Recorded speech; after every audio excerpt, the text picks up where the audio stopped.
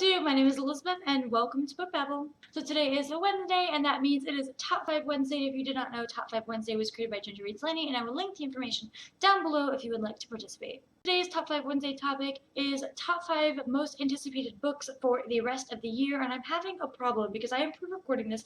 Today is July 6th, and this Top 5 Wednesday is not scheduled to come out until July 15th, and two of my favorite releases that I've been looking forward to this year come out tomorrow on July 7th, and I'm just so excited. So what I decided to do was I decided to just make this my top releases, or my favorite releases that are going to be coming out for the rest of this year, and just screw the 5, because I think I've got 7, and then of course 2 books come out tomorrow that I'm going to include anyway, because why the heck not? So let's just get started.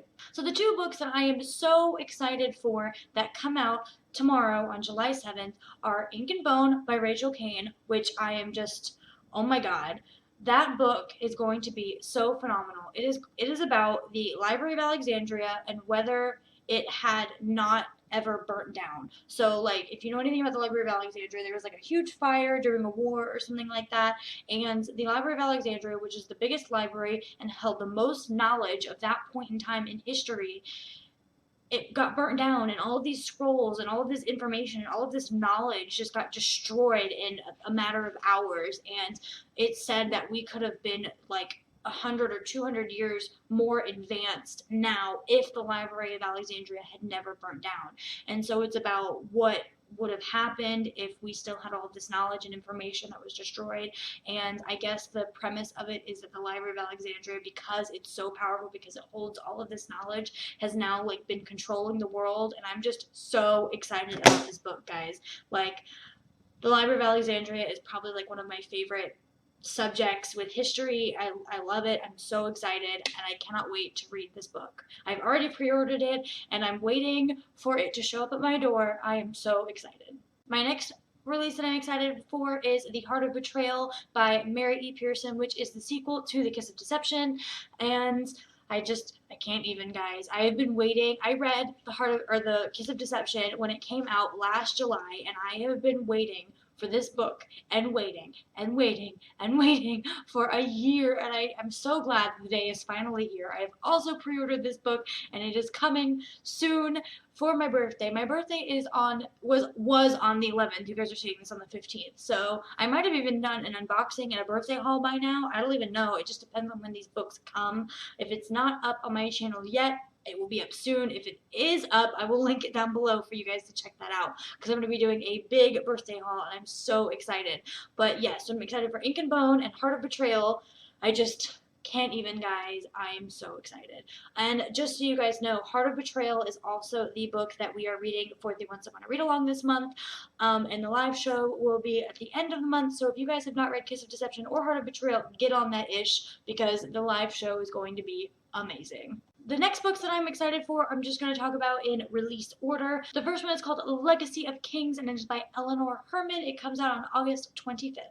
And this is going to be an epic fantasy, and I guess the premise is that the gods are no longer have their hand in what mankind is doing, and it's about this guy who is going to be the king one day, so I guess he's the prince and stuff, and the cover is just epic, and I'm really excited for this. I don't know much about it, but I just, like, it's coverless basically, and of course it's an epic fantasy, so I need it in my life. The next book is going to be Walk on Earth, a Stranger, which is by Ray Carson, and this is coming out September 22nd. I'm really excited about this book because it is set in like the gold rush era of America, and I'm a huge history buff, so I love that time in history. And I guess the main character, she has a power where she can sense where gold is, and I guess people want to capture her for that power so that they can use her to make all the monies in the gold rush, and that just looks like an epic book, and again, the cover is awesome. Next is a new first book in a series by Leigh Bardugo, and it is called Six of Crows. It comes out on September 29th, and I guess this is a book that is set in the Grisha world, when she wrote the Grisha trilogy before. I have not read the Grisha trilogy, and I really feel like the description is geared toward people who have read the Grisha trilogy, so I'm a little confused about exactly what it's about, but the Grisha trilogy is on my TBR. I will be reading it before this book comes out in September, and I really look forward to it because everyone loves Leigh Bardugo, and the Grisha trilogy has been on my TBR for forever, so they both need to get read. Next is called Spinning Starlight by R.C. Lewis, and this is coming out on October 6th. I read R.C. Lewis's book called Stitching Snow earlier this year, and it was freaking fantastic. If you guys are a fan of Cinder or the Lunar Chronicles or anything like that, you will absolutely love Stitching Snow. It was just freaking epic. I loved it so much. It was definitely a 5 out of 5 stars. And so this is not a like sequel to Stitching Snow, Spinning Starlight, but it is like has the same premise. It's definitely like futuristic and very technologically advanced and stuff. And I guess it is about this girl who is the daughter of a major like tech mogul in the universe, and I guess someone tries to kill her or kill her family, so she has to escape or something to that effect. And this is a fairy tale retelling of Hans Christian Andersen's The Wild Swans or something. I have the full Hans Christian Andersen like fairy tales book thing, so I think I'm gonna read that before reading this book. But I'm with most fairy tale retellings, you really don't have to. So I'm really excited about this. I loved the last R.C. Lewis book that I read, so I have really high hopes for this one, and I'm really excited. Again, I think it's going to be anyone who is a fan of the Lunar Chronicles or Cinder is going to love this book. The Rose Society by Marie Lu comes out on October 13th, and this is the sequel to The Young Elites by Marie Lu, which I freaking loved. It was so good. The main character in this story is a anti-hero, so she's not necessarily good, but she's got like good tendencies, and I loved it. It was amazing, and there was like a gay relationship in there, but it was just very natural, and it wasn't harped upon like some gay relationships are in young adult books. It was just such a good novel and such a different way of writing by the perspective of the anti-hero. It was amazing, and I'm so excited for the sequel.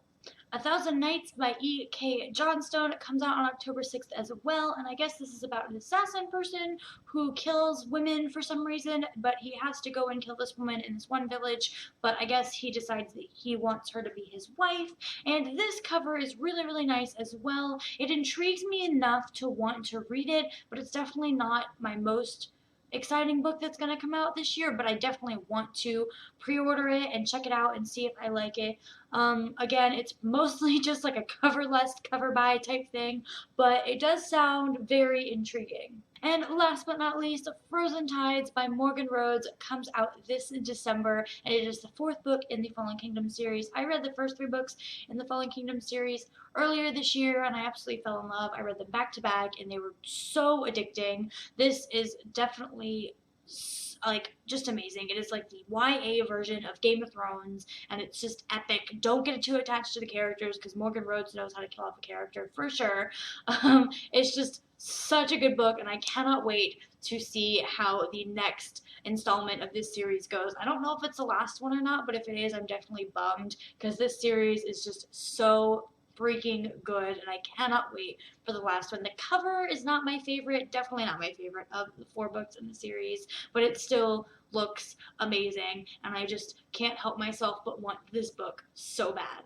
Alright guys, so that is my most anticipated releases for the rest of 2015. Please comment down below if there are any books that you guys are interested in reading this year. If I haven't mentioned them already, I am so excited to see what you guys have to say about that, and I will see you in my next video. Bye!